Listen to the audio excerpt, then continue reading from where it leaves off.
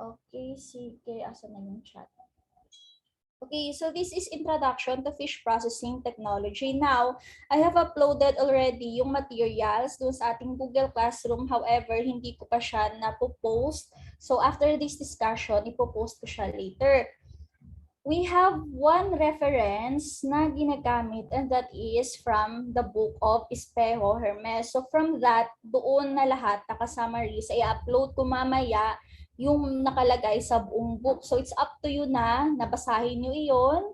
Okay? So yun lang talaga yung pinag-aralan, although may mga binasa din ako nung kumuha ko ng board exam, but yun talaga yung book na finokusan ko. Now, in this discussion, we will walk through doon sa first part ng libro. And then the next speaker sa mga succeeding weeks, i-discuss din nila kung ano yung nasa laman ng libro. Okay, so let us start. So this is the introduction to fish processing technology. So let us start na. Okay, so question number 1 agad. What does PUFA mean? So I hope everyone can participate. You can send your answer or you can chat your answer dito sa ating chat box. Okay, so may mga nag-answer na. Letter B. How about the others? Letter B. May sumagot ng letter C. Others? Okay, so most of you answered letter B. So may mga choices dito na polysaturated fatty acids. Merong sumagot ng letter B, polyunsaturated fatty acids. May sumagot ng letter C, polyunsaturated fatty acids. And letter D, polyunsaturated fatty amino. So, PUFA means letter B. So that is polyunsaturated fatty acids. So what is PUFA ba? So PUFA, this is one of the nutritive value of fish. So diba sinasabihan tayo, especially ng doctors, we should eat fish. It's because it is a health food. Bakit? Fish contains significant quantities of omega-3 polyunsaturated fatty acids or PUFA. Also, it is a good source of vitamins, A and B complex, minerals such as iodine, fluoride, selenium, and zinc. Now, you may wonder, bakit po nilagay itong mga vitamins dito? Yes, nalabas po siya sa board exam. So, ito yung sinasabi ko na sabi ko, baka hindi naman lumabas ito kasi vitamins lang naman. But lumabas talaga siya. So, it is really better talaga na intindihin at tandaan itong mga vitamins na ito. So, shellfishes like oyster and mussel contain very high levels of iron. Tandaan niyo yan, higher than red meat. Okay? So, yan, you have again question number 2. Which of the following statement is true? Letter A, you can answer na edible portion is about 60% of its whole weight. That is pertaining to the fish. Letter B, fish muscle consists of myotomes and myocomata. C, in many fishes, 90% of fish muscle is white, while 10% is red dark because of the myoglobin pigment. And D, all of the above. So what is your answer? Okay, may sumagot ng letter C, may mga sumagot ng letter D, may sumagot ng C. Okay, how about the others? Ano yung ninyo, sagot ninyo? So dito be very careful pag nagbabasa tayo ng question. Kasi minsan not true or true, which of the following question is false, ganon. So most of you here answered letter D. So the correct answer is all of the above. Okay, so we will discuss this. So this is the structure of the fish. Edible portion is about 60%. Now, yung mga nilagay ko dito, itong mga numbers na ito, these were based sa book ni Espejo Hermes. Okay? And then, Espejo Hermes, again, as I have said, ito yung usual na ginagamit sa board exam, aside siguro sa book ni Calmorin, but for the values that are being used, just refer to the book of Espejo Hermes. And bakit 60%? Of course, kasi mayroong mga bones, scales, those cannot be eaten. Okay, hindi naman siya ganun ka-edible. And fish muscles consists of myotomes. These are the muscular tissue. Itong kulay pink na ito, if you can see. Okay, ayan.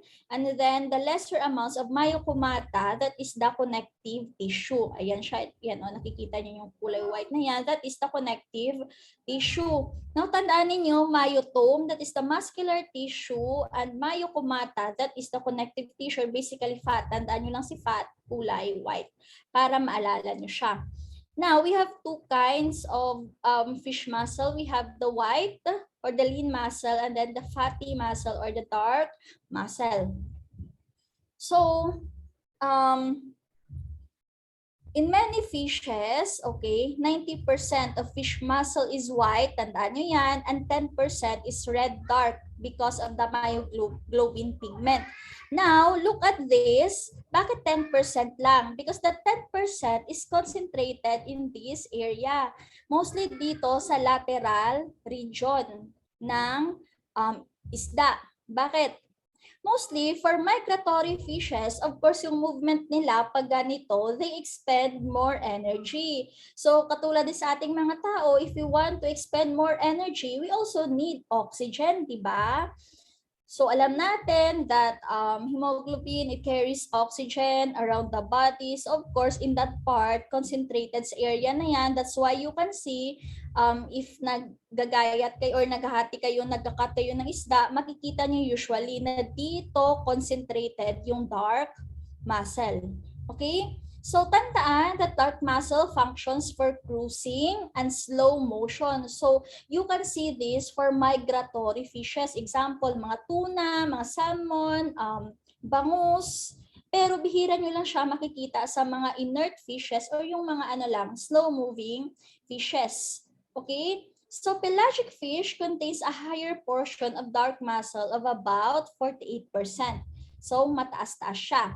And the light muscle is used for fast movement or for escaping or catching prey. So, napapansin ninyo, si tilapia, pinaka-dominant na muscle sa kanya is the white muscle. Kasi naman, yung kanyang movement is dyan lang, inert lang siya, and then siguro during capture, doon lang siya nagpa-fast movement. So, tandaan ninyo yung function ng dark muscle tsaka ng light muscle. Okay, next question. What is the protein content of the fish? Letter A, 16 to 22%. Letter B, 0.5 to 10%. C, 0.2 to 25%. Or D, 60 to 80%. So what is your answer? Okay, may mga sumagot na ng letter A. How about the others? Ano yung sagot ninyo? Okay. So most of you or all of you pala answered letter A. So very good. The correct answer is 16 to 22%. Hindi naman pwede na maging 60 to 80% kasi that is already the percentage of water. Andito naman, mga values na ito masyado nang mababa. So learn to discriminate. So for example, if you are confused, isipin nyo na lang na si fish, it is made up of protein. Kaya nga nakain tayo ng isda kasi rich in protein siya. So this is the most probable na number. Okay? So this is the composition of fish, proteins, okay? With amino acids as its building block, 16 to 22% in most fishes.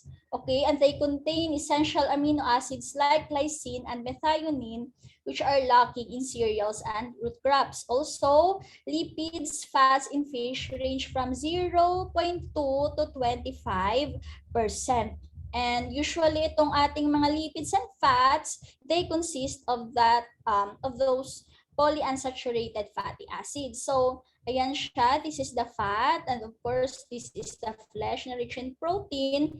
And yung head class ng fish is the most fatty part. Diyan yung mataas yung lipid content. Now ito, lumabas din to sa board exam.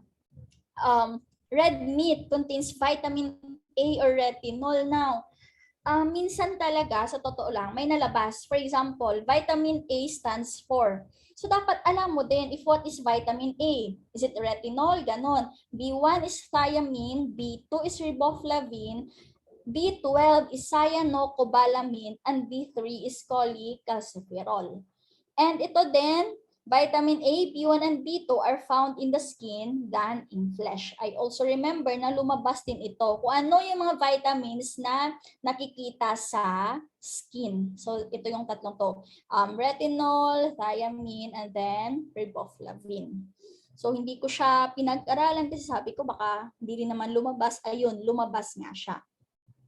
Okay, so let's go to the handling of fresh aquatic products now that we know already the nutritive composition of fish. Okay, another question.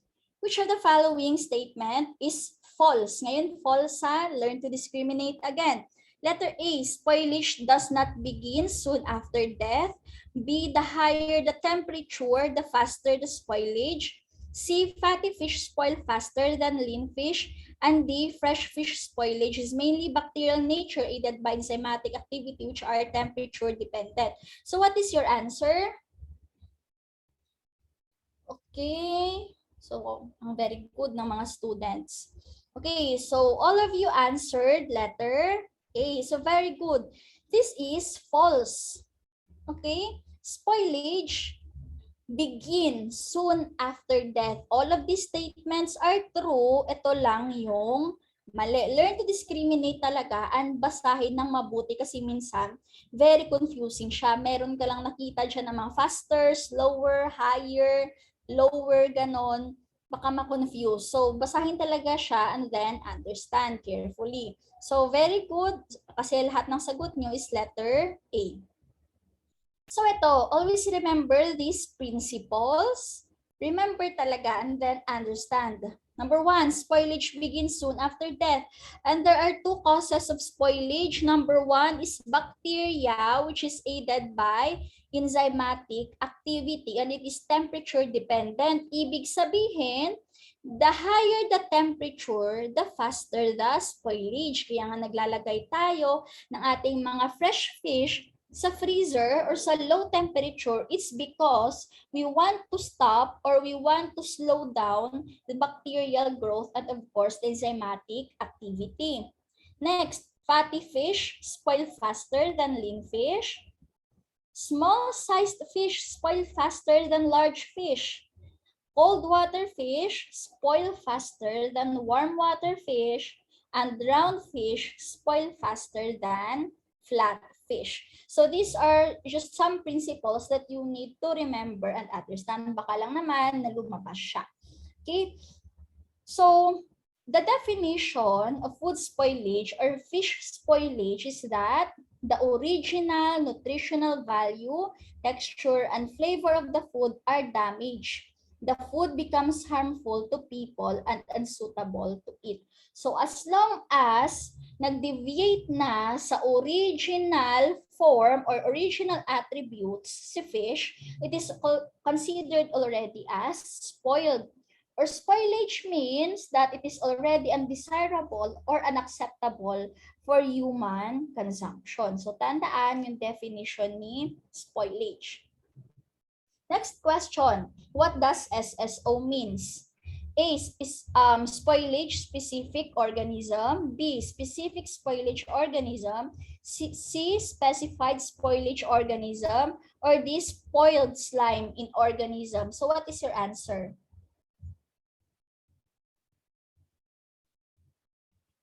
Answer, may nagsagot ng letter B. How about the others? Anong sagot ninyo? Letter B din. Others, may sumagot ng letter A. Okay, most of you answered letter B. Sumagot ng letter A. Okay, so what is the correct answer? Sige pa, sagot pa. So, parang nahati. May mga sumagot ng A, may sumagot ng B. So, ano ba talaga? Ngayon, pag ganitong mga acronym talaga, especially pag merong mga repeating letters, dapat tandaan talaga lagi kung sino yung mas nauuna.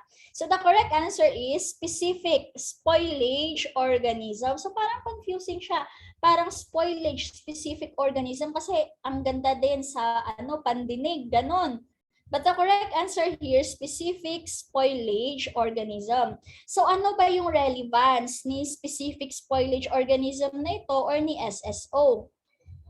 So SSO, okay, so these are the bacteria that are mainly the cause of fish spoilage. So again, as soon as fish dies, spoilage begins. And because of this, bacteria will enter at a number of points. For example, it will enter through the mouth, it will enter through the skin, it will enter through the belly, it will penetrate through kung may mga sugat-sugat siguro. Si fish, it can do that. Okay, and eventually, it will go into the belly cavity.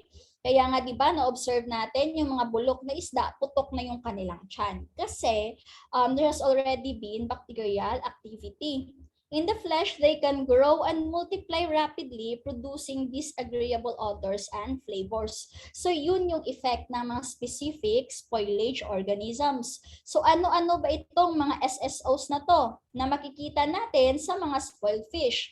So these are the common SSOs in fish. So they are grouped depending on the temperature in which they thrived. Okay? So we have the mesophilic. Tandaan yung meaning ng mesophilic. Philic means love. Meso means middle. So usually ito yung mga middle loving temperature na bacteria. So isipin nyo na lang parang room temperature. So that is 20 to 25 degrees Celsius. So ito yung mga example ng mga bacteria.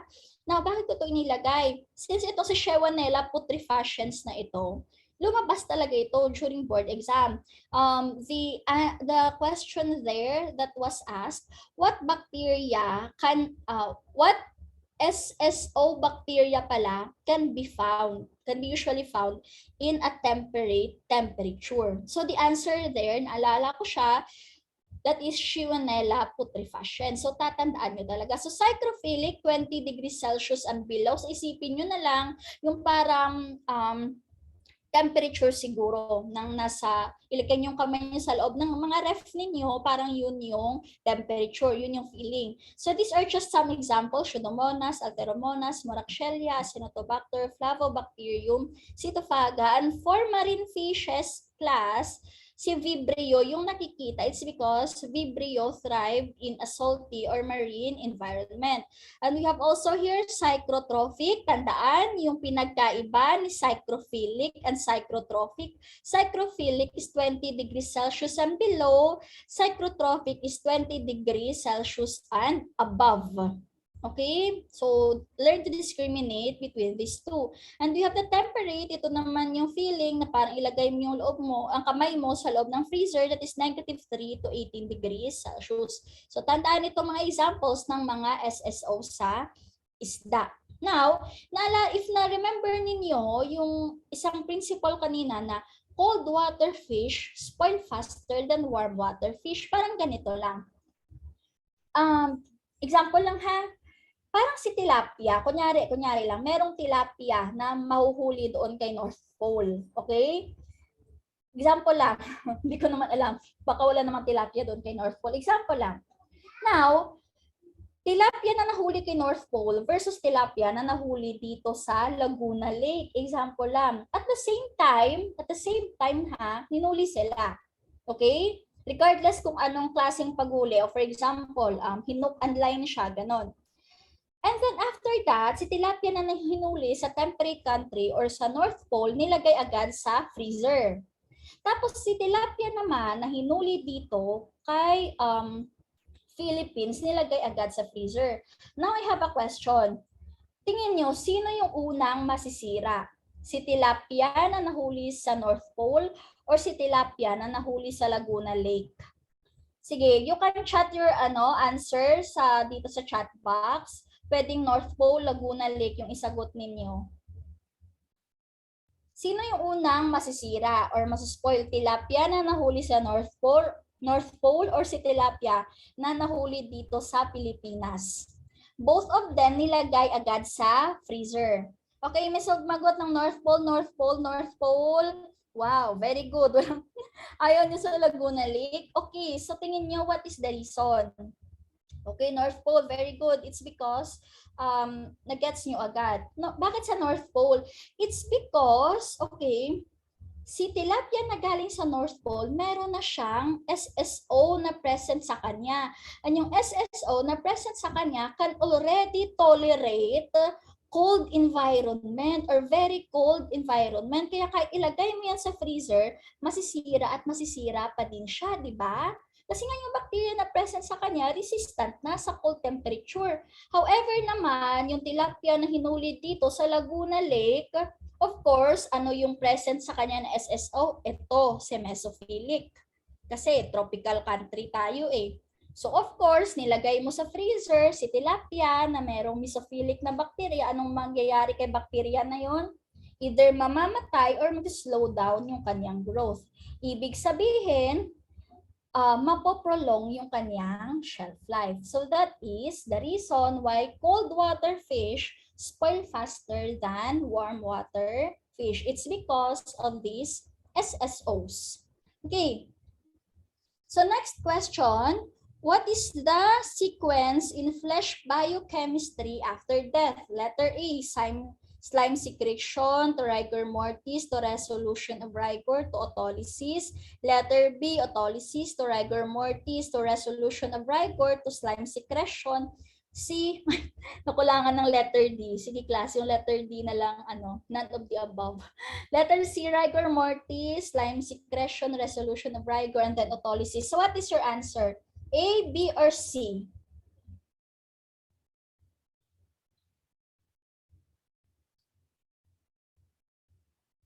May sumagot ng C, hindi kayo sure. Ayan. So alam nyo, pag board exam talaga, may nalabas ito especially sa pag post-harvest. Mga sequence or processes yung nalabas. So it is really important that we remember or memorize those processes. Okay, torn kayo sa mga sagot niyo, pero letter A tsaka C, yung most of you, yung mga sagot niyo pala. So what is the correct answer? Okay, most of you, majority answer letter C. The correct answer is letter A. So yung mas sumagot ng letter A, ito siya, slime secretion, rigor mortis, resolution of rigor, and then autolysis. This is yung sequence na nangyayari during fish spoilage. Okay? So, isa-isahin natin sila. So this is the changes in fish flesh biochemistry during post-mortem. Now, pag nakita niyo yung term na post-mortem, mortem means death. Of course, post after. After death, that is post-mortem. Ano yung nangyayari sa isda after death? So, alam natin na spoilage begins already. However, what is the process? So this is the natural process. Number one, slime secretion. It will go into rigor mortis, resolution of rigor mortis, and then lastly, autolysis. And these are the parang specific na post-mortem changes. So all of these processes can overlap. Itong mga very specific na ito. This can overlap. For example, ito, autolysis and microbiological spoilage. Especially itong dalawa na to, this can happen simultaneously. Pwedeng mauna si microbial, pwedeng mauna si enzymatic, depende. They can overlap. So sabi dito, it depends on the storage condition, especially the temperature, which greatly influences these processes. So remember, the temperature plays a big role in the spoilage of fish. Okay? So tandaan ha, ito yung natural process, ito yung tamang flow.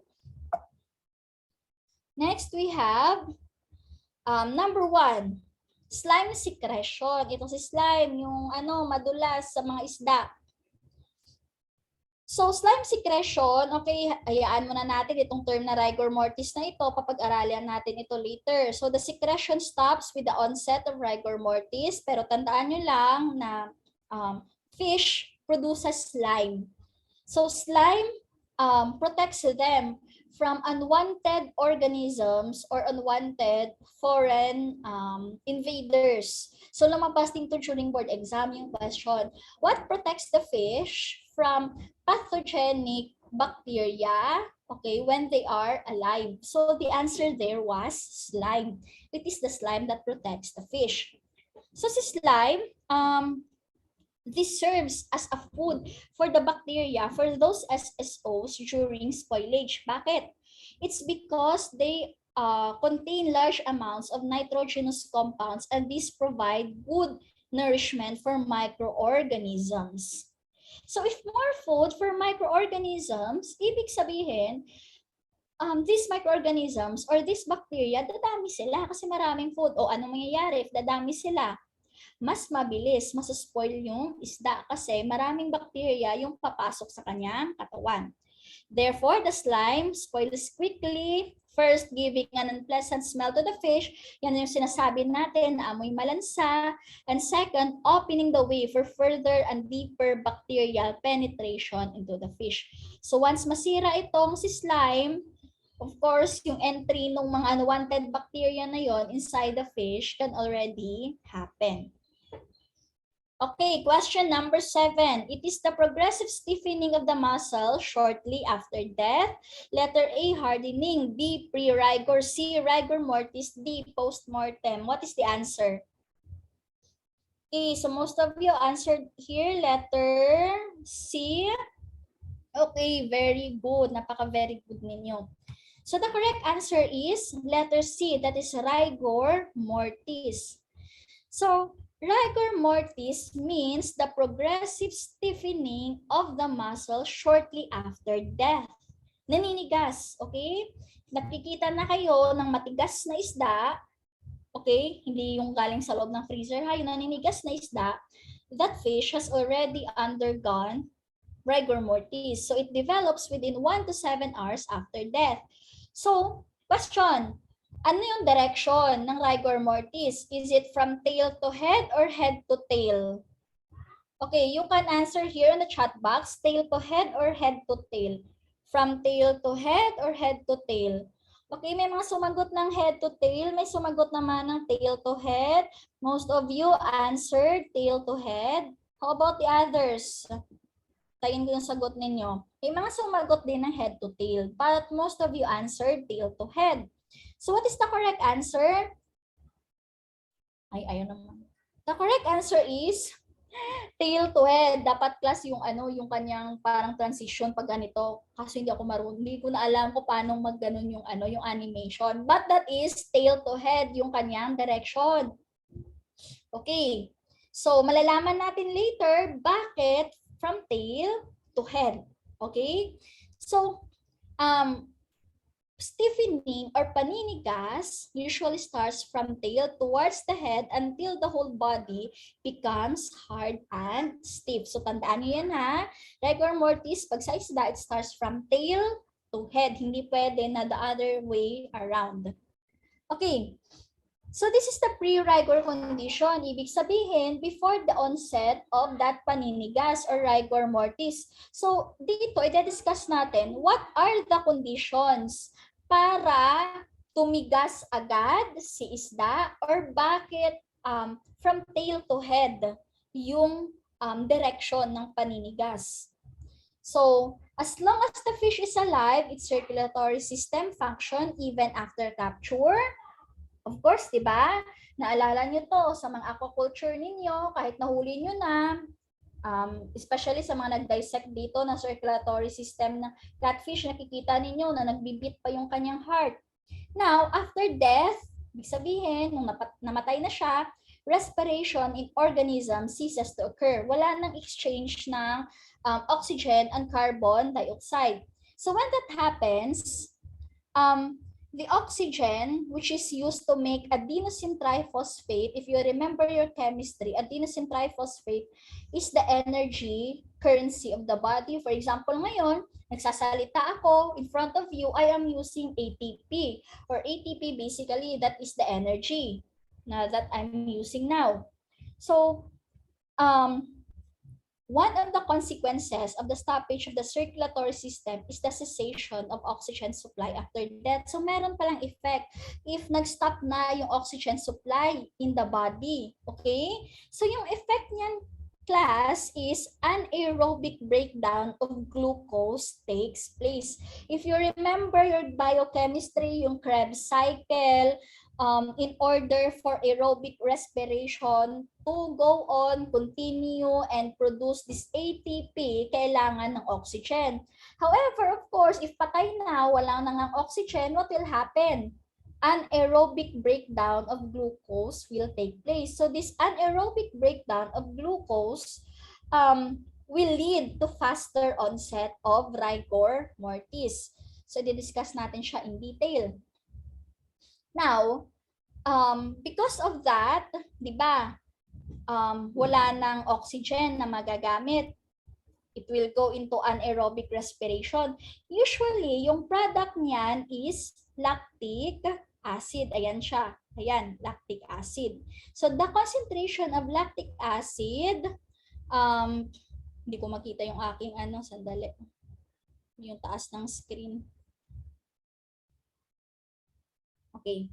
Formed due to breakdown of glucose and is found to be dependent on the glycogen reserves of the muscles prior to death. Now, okay, when the fish is alive, nagsiswim-swim lang siya, nakakain siya ng mabuti, naalagaan siya ng mabuti, ang dami niyang glycogen reserve. Okay?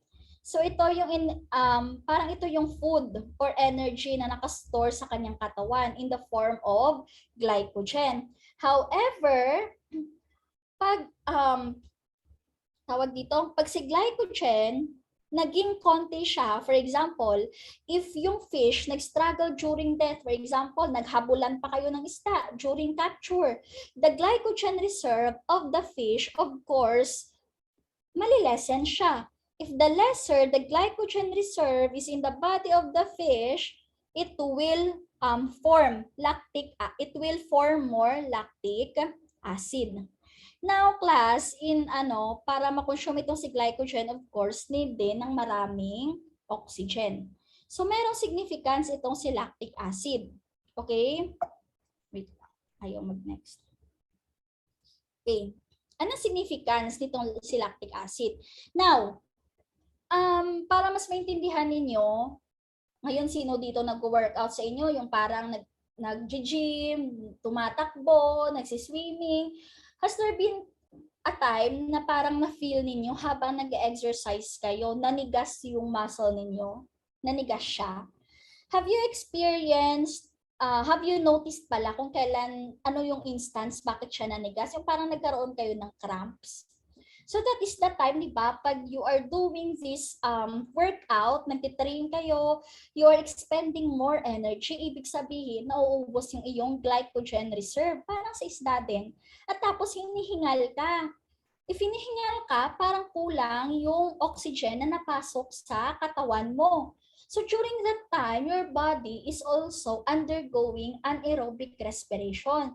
So if nag-undergo siya ng anaerobic respiration, nagpo-produce ng maraming lactic acid.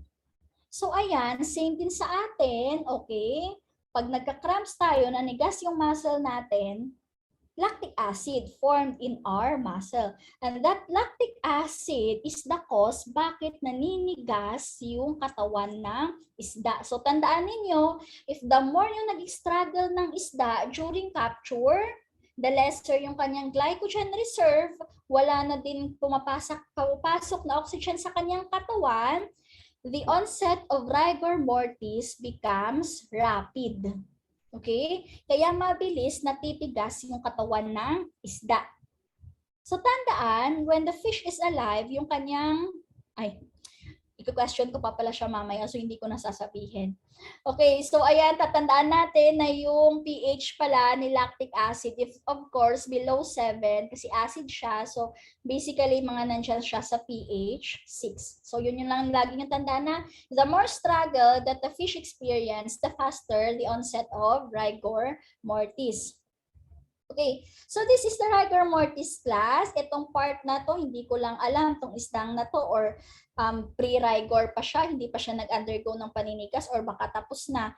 So, this fish niya, stiff yan siya, matigas. Kahit ipukpok mo yan sa lamesa, matigas yan. So ito yung itsura ng isda na nag-undergo ng rigor mortis. Okay? So, at the final phase of ATP breakdown, myosin cross bridges interaction are established firmly between the thick and thin filaments.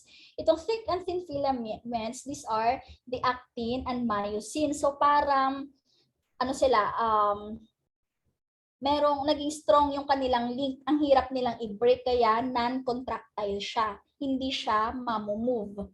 Okay? Kaya nga sinasabi that it goes into the stage of rigor mortis. Mas tandaan nyo lang kasi rigor mortis is paninigas, stiffening of the muscle. And that stiffening, of course, leads to the nagiging non-contractile. Ito si actin and myosin. Ito yung itsura niya, si actin and myosin. So this is actin and this is myosin. Supposedly, pag buhay yung isda, merong movement. Ayan, nagmo-move na pag ganan-ganan. Pero, during death, they form this complex called actomyosin na gaganyan siya. Okay? Kaya naninigas, hindi sila ma-break na dalawa. Nagkaroon ng complex na actomyosin from the two major proteins, actin and myosin. Okay, so next question. Which of the following statement is true? Letter A, large fish usually go into rigor faster than small fish of the same species. Letter B, fish that have struggled in the net for a short time will spoil quickly. Letter C, the warmer the fish, the sooner it will go into rigor and pass through rigor. Letter D, the better the physical condition of a fish, the faster it will go into rigor. Ayan, parang ang daming iintindihin, pero yan talaga yung nalabas. It is more of analyzing the answers. So what is your answer? Is it A, B, C, or D? May sumagot ng letter B. How about the others? Sige, take your time to analyze. Kasi ganun naman talaga sa board exam eh. So most of you or all of you answered letter B. May sumagot din ng letter A. Analyze. May sumagot ng mga letter A, may sumagot ng letter B. What's the correct answer? Parang wala ako nakitang correct answer or baka ano. Okay, may A, B, A, B. So the correct answer is letter C. Merong isa nakasagot na tama. Si Mary Joy. Ayan. The warmer the fish or yung temperature, for example, kung saan nanggaling si isda, the sooner it will go into rigor and pass through rigor. Okay. May mga sumagot ng letter A. Large fish usually go into rigor faster than small fish of the same species. Tandaan kanina yung principle na sinabi natin. Kanina sa remember that small fish spoil faster than large fish. So yung explanation dyan, class, is it's because small fishes have larger surface area than large fishes. So they are inversely proportional. Okay? Letter B naman, fish that have struggled in the net for a short time will spoil quickly. That is also incorrect. That is false kasi short time lang eh. Hindi ganun yung energy yung kanyang na-expend. Unlike dito na sinasabi natin lagi that the higher the temperature, the faster it will go into rigor or if it will spoil quickly. Ito naman, of course, si letter D, mali talaga. Okay? Kasi the better the physical condition of a fish, the faster it will go into rigor. Ngayon, again, emphasize, pag bad, poorer, or nag-struggle yung isda ninyo during capture, mataas yung temperature, the faster it will go into rigor or paninigas. So, ayan, congratulations sa sumagot. Nag-iisang sumagot ng letter C. You are correct. Ayan. So, the post-rigor condition, ito na, that is already after rigor mortis. Fish spoilage begins due to two causes. Autolysis, auto means self, lysis means digestion. So, self-digestion, ibig sabihin, the enzymes that are present in the gut or doon sa tiyan ng isda, it starts to eat, parang eat. or digest itself. Kasi wala nang pagkain na ma-digest sila kasi patay na si isda. So ibig sabihin, yung i-digest ni enzyme na present doon is yung flesh or yung gut mismo ng fish. Okay? Feeling ko nagkabaliktad yung sequence ng aking presentation. Dapat, sige, okay lang naman.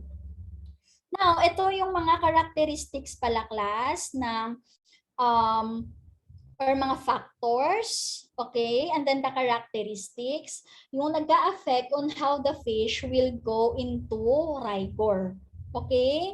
So, basahin nyo lang ito, balikan nyo lang ito during your self-review. If ano yung effect with the species, yung kanyang condition, basta tandaan nyo lang, the poorer the physical condition, the degree of exhaustion, for example, if mas matagal siya doon sa net, nung paghuli ninyo, the faster it will go into rigor mortis. Pag the faster it will go into rigor mortis, the faster it will spoil. Ito naman si size, handling, and then the temperature. Tandaan lagi si temperature. Pag the higher, the warmer the temperature, it will go into rigor or spoil quickly. Now, I don't want you to misunderstand na pag nag-rigor mortis, masaspoil agad na yung bulok na bulok talaga. No, nanigas lang siya. Pero of course, if it will go into rigor mortis quickly, mas nalalapit siya doon sa spoilage if wala kang nilagay na intervention like putting it in the refrigerator or freezer immediately. Okay? So ito yung effect. Okay? Effect ng fish that goes into rigor. So number 1, toughness and drip loss. Parang ano nyo to, na kain nyo to sa mga cafeteria ninyong canteen, yung sinasabi nyo, ay ano ba tong isdang to, walang ka moisture, walang ka flavor, sobrang dry. Okay, so it's because what happens here, there could be temperature abuse during storage. For example, here, the higher the temperature at which a fish goes into rigor, the greater will be the drip loss on thawing. If you remember the term thawing, ito yung sinasabi ninyo na term na defrost. Okay? Hindi mali yung term na defrost ha. The correct term is thawing. Nilabas mo siya galing sa freezer and then papatunawin mo yung ice. The correct term there is thawing. For example, si isda, hindi mo siya nilagay agad sa freezer, okay? And then it will go into rigor mortis, tapos magre-relax na yung katawan niyo. For example, pipilitin mong lutuin si isda kahit matigas siya, what will happen? It will lead to drip loss. Itong si drip loss na ito, natulo yung moisture sa loob ng flesh ng isda. Of course, if wala ng moisture, yung effect doon sa isda, it is tough and stringy. Okay? And other factors pa nitong toughness and drip loss are incorrect freezing, cold storage, or thawing. Okay, mali din. Ito yung for example, bumili ka ng 10 kilong bangus. Nilagay mo lang agad sa freezer. Ngayon, kakain ka lang ng 1 pirasong bangus pero hindi mo pinaghiwalay yung 10 kilo na yon. Anong gagawin mo? Ilalabas mo na naman. Okay, ilalabas mo na naman, ito, babalik na naman yung natirang kilo, so that is already temperature abuse leading to this toughness and drip loss. Next is gaping. Ito, si gaping, lumabas din to during board exam. Ito yung itsura niya. So ideally, ito yung gusto natin na itsura ng fillet. Ito naman yung hindi. Kasi, ito yung term na gaping. Ibig sabihin, individual flakes of muscle come apart, giving the fillet a broken and ragged appearance. So ito yung si gaping nangyayari. For example, if yung isda, okay, nag-rigor mortis siya, matigas siya, pinilit mo. So pag pinilit mo, obviously, masisira yung kanyang muscle. Or for example, mali na naman yung freezing process mo na ginawa. Temperature abuse again. So this happens. Tandaan nyo lang kasi yung term na gaping. Individual flakes of muscle that come apart, giving the fillet a broken and ragged appearance. Okay, so when is the best time to fillet a fish? For example, nag-fillet ka ng isda. Kailan? Pre-rigor, ibig sabihin before pa manigas isda. O sabihin natin, bagong huli. Pangalawa, during rigor mortis or on rigor. Letter C, post-rigor, kakatapos lang ng post ng rigor mortis o kakatapos lang ng paninigas, or D, all of the above. So what is your answer?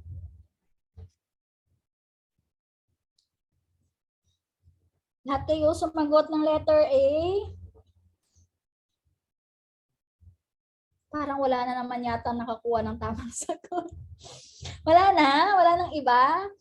Ayan, may nakita ako na isang tamang sagot. Dalawa, tatlo, nakita ko. Okay, so the correct answer, ayan, pag mag-fillet kayo ng isda, when is the best time to fillet the fish? Before manigas, habang tumitigas, or after na siyang matigas? So the correct answer is letter C, post-rigor. Bakit? So this is the reason. Okay. Pag finilay mo yung isda, before siya mag-go into rigor mortis, tandaan ha, meron tayong process, di ba? Si rigor mortis, papasok at papasok talaga yan. Kahit anong gawin natin. Okay? Papasok talaga at papasok yan. So, pag finilay mo siya, before rigor mortis, what will happen to your filleted fish? Mag-shrink siya by its original size. Mga 30 to 40% yung mababawas kasi nga, titigas pa siya, di ba? Kaya mag-shrink siya. Naman, during rigor mortis, of course, hindi pwede. So, hindi talaga pwede na i-fillet siya na matigas. Sa ikaw ba naman? Try mong i-fillet na matigas yung isda. Anong mangyayari? Magigape, di ba? Magkakaroon ng gaping, yung fillet. Masisira siya, mapuputol. So, hindi pwede yon. Gaping may be caused by forcibly straightening bend the fish before cutting them. So, the best time to fillet the fish is during post-rigor, after rigor mortis, yung nakarelax na yung katawan ng isda.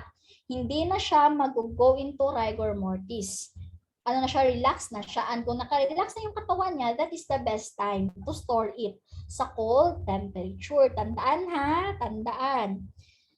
After rigor mortis, yung best time na mag-fillet ng isda. So, ayan siya. Filleting of fish. Fish that have been chilled and hence have just passed rigor condition will be the most suitable raw material for filleting, whatever.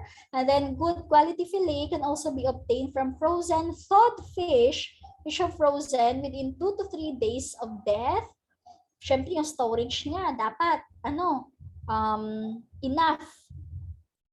na halt or slow down ng growth ng bacteria. So usually that is 0 degrees Celsius. Pag ganito yung ginawa mo, perfect yung itsura ng fillet. Maganda siya. Yung sinasabi nilang premium or class A na itsura ng fillet. So wala kang makikita mga nagikip, mga fissures or split. Okay. Next question. Ito yung feeling ko nagkapaliktad kanina na slide. Results to weakening, softening, and discoloration of fish tissues and is dependent upon temperature. Letter A, autolysis. B, protein denaturation. C, decreasing flesh pH. D, all of the above. So what is your answer?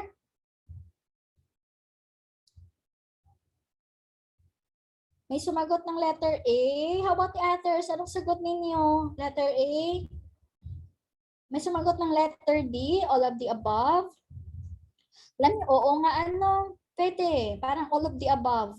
Pero kasi, meron talaga silang mga exact na causes. May sumagot ng letter C, may sumagot ng letter B, ayan. But the correct answer is letter A, si autolysis. Bakit si autolysis? Ayan. Autolysis is caused by enzymes, of course, and aided by bacteria. Kasi nga, si bacteria pumasok na doon sa katawan, di ba? Kung sinasabi ko na si enzymes, wala nang ma-digest na pagkain. Okay? So tandaan ninyo, si enzymes are protein that help speed up chemical reactions. So si tiyan ng isda, meron siya doong mga enzymes that helps it to digest the food. Ngayon, patay na si isda, wala nang food na ma-digest, instead pala yung food i-digest na, kasi wala na nga, ayan, yung tiyan ng fish yung kanyang i-digest. Kaya class, yung mga spoiled fish, putok yung kanilang belly. It's because of this. O ngayon, punta kayo bukas sa market, pwede. Tingin kayo doon ng mga isdang nag-undergo na ng autolysis. Yung mga isdang nag-undergo ng autolysis, ito yung itsura niya. Autolysis or self-digestion results to weakening, softening, and discoloration of fish tissues that is dependent upon temperature. Again, mention dito sa temperature. So the warmer the temperature, the faster is autolysis. Okay? So enzymes in the flesh break down desirable compounds into tasteless or bitter ones. Kaya yung sinasabi natin, di ba, nakatry kayo na ilutuin yung ganitong klaseng isda, ano ba namang lasa niya? Ang pangit, di ba? Yung parang itatapon mo na lang talaga siya. Kasi ito yung naging result niya, tasteless or bitter ones, yung flavor. Yan. And next, we have protein denaturation. So, protein denaturation naman, that is when the protein structure in the fish lost its original configuration or structure. If you remember your chemistry, merong mga different structures si protein. May mga alpha, beta, may mga globular, ganon. So, if it lost its original structure, what will happen? It will also lose its ability to hold water. So if it loses its ability to hold water, it will lead to drip thaw. Ibig sabihin ng drip thaw na to class, that is the denatured fish flesh dripping excessively when thawed and appearing white, dull and spongy, and upon chewing become fibrous and tasteless. Ito rin yung parang nawawala yung kanyang flavor. So drip thaw or still that is also drip loss. Okay? So pH of live fish, ito yung gusto ko sabihin kanina. Letter A, alkaline, B, basic, C, acidic, D, neutral. What is the answer? A, B, C, D. What is your answer?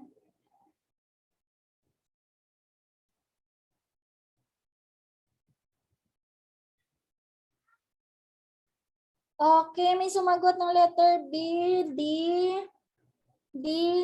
May sumagot lang ng letter A. How about the others? Bakit torn kayo? May sumagot din ng C. Okay. The correct answer is letter D. Class, again, tandaan ha, tandaan. The pH of live fish, hindi siya basic, hindi rin siya acidic. Ngayon si alkaline tsaka si basic, pareho lang yan. Okay? Hindi rin siya acidic. Kasi buhay siya eh. The correct answer is it is neutral or pH 7. Tandaan ha, the pH of live fish is neutral or 7. Lumabas din to during board exam. Ewan ko, parang laging nalabas yata ito kasi this is parang should have been a common knowledge. Kasi, of course, pH changes during spoilage. But during pag buhay pa yung isda, yung kanyang pH is neutral. Same sa atin ngayon, class. pH natin sa ating katawan ngayon, it is also 7. Neutral din. Okay? So, this is yung 7 na sinasabi ko. Okay? Below 7, that is already acidic. Above 7, that is already basic or alkaline. So, the living fish has a flesh pH of 7. However, during rigor mortis, nagiging siya acidic yung kanyang pH because of the formation of lactic acid. However, later on, during autolysis, okay, tataas yung kanyang pH. Kasi ang dami nang nare-release na mga nitrogenous compounds which were digested by enzymes and bacteria. Pero tandaan nyo lang, the pH of a living fish is 7. So ito siya. Ito yung mga naaamoy natin ng malansa na sinasabi natin na especially, di ba, fisheries tayo, ano yung bansag sa atin ng mga other ACAD courses, fisheries. Basta fisheries, malansa yan. So yung sinasabi nilang malansa, ito yung total volatile bases. So si total volatile base or TVB is a measure the total amount of variety of nitrogen containing substances which are produced during storage. So ano-ano ito sila? Number 1, si trimethylamine. Trimethylamine, ito yung sinasabi natin na fishy smell, si malansa. Okay? And then later on, further during spoilage, the TMA will be converted into dimethylamine and formaldehyde, which is usually formed during frozen storage. So, ayan siya. Trimethylamine, dimethylamine, formaldehyde, and again also we have ammonia. So, parang amoy mapanghe yung mga malansang isda, yung mga malapit ng mabulok na isda. It's because also of ammonia. Yan siya. So that is TVP. Tandaan niyo yan. And another cause for ano pa? Spoilage. Diba sabi natin kanina, fatty fish spoil faster than lean fish. Lean fish or mga mapapayat na fish. Bakit mas madaling masira si fatty fish? It's because they have more fats. And fats, they are prone to oxidation. Ito yung sinasabi natin, class, na malansa, parang maasim-asim na malansa, that is the term for rancid. Okay? Yung sinasabi naman ng mga students ko dito, ito yung term nila na maanta. Maanta po siya. Ganon. So that is rancid. Rancid odor and taste. So that is caused by the oxidation of fats. Okay? And then, we have the measures to reduce fish spoilage during storage kasi napag-aralan na natin yung mga stages of spoilage. So ano naman yung ways or measures to reduce fish spoilage? So ayan, I think this is a common scenario sa mga market natin. Yung ganito lang, nilalagay sa mga sidewalk, these are prone to insect infestation, these are prone na kunyari may dumaang aso, nangati si aso, yung balahibo mapupunta doon kasi kinamot ni aso yung katawan niya.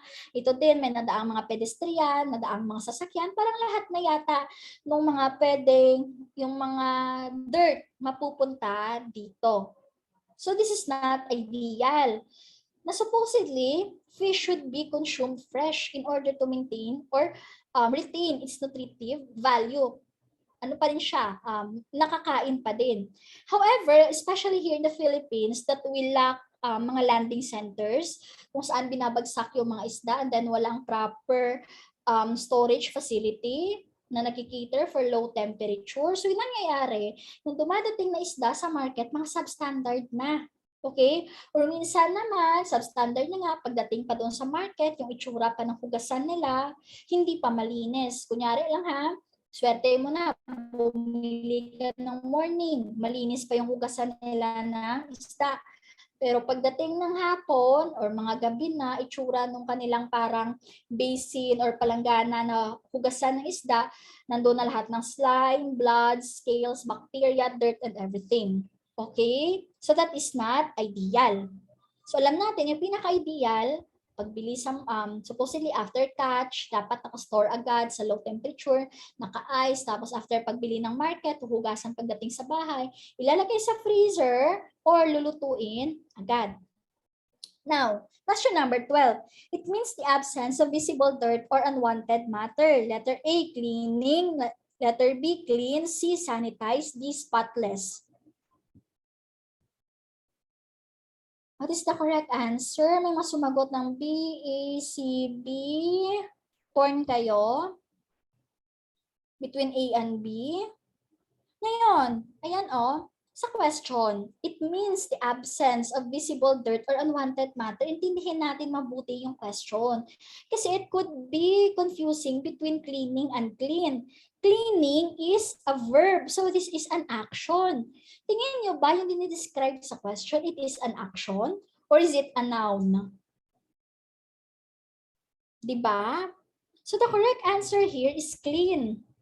Clean, it means the absence of visible dirt or unwanted matter. Bakit hindi pwedeng maging cleaning?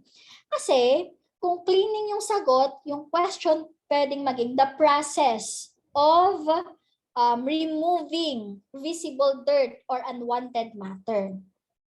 So usually class, pag nakita niyo yung term na the process of or the method of, that is an action, word, or a verb. So pwedeng maging sagot dito is cleaning. So the correct answer is letter B. So very good yung sumagot ng letter B. So class, please remember this. Lagi ito nalabas sa board exam. Ito mga terms na ito. Hygiene means the science of good health and everyday use. It signifies cleanliness and freedom from the risk of infectious diseases. Naliligo ka ng araw-araw, naghugas ka ng kamay mo before you eat, that is hygienic. So you have a good hygiene. When we say clean, it means the absence of visible dirt or unwanted matter. For example, yung white wall ko dito sa likod, wala kayong nakikita, for example, dito mga itim-itim or unwanted dirt, that is clean. And the process of removing that unwanted matter is cleaning. However, hindi ibig sabihin na clean siya, absent na din sa bacteria. No. In order to remove bacteria and those other pathogenic microorganisms, you have to do sanitation. So sanitation is the process of reducing the number of living organisms to a level judged safe by public authorities. So how do you sanitize? For example, familiar tayo ngayon ito, especially COVID. Now, for sa isda naman, of course, we have to use sanitizers, you are using alcohol. But for example, sa mga mga equipment that we are using in fisheries, mga knife, chopping board, ayan, mga table, of course, we have to use detergents and disinfectants or sanitizers. Why? Because these are effective in removing yung mga blood, yung mga slime, mga scales na nandyan, especially yung sa mga market na ang dumi-dumi. So you could use detergent in order to remove those unwanted matter. Yan siya, detergents loosen and remove dirt such as fish, slime, and blood. Among here class, during my time, ito yung naalala kong lumabas itong detergents, disinfectants, or sanitizer. The question is, what is effective in removing dirt such as fish, slime, and blood sa mga tables sa market? So ito yung answer. Medyo confused pa ako that time. Kasi sabi ko, detergent, hindi kaya maging lasang sabon yung mga gamit?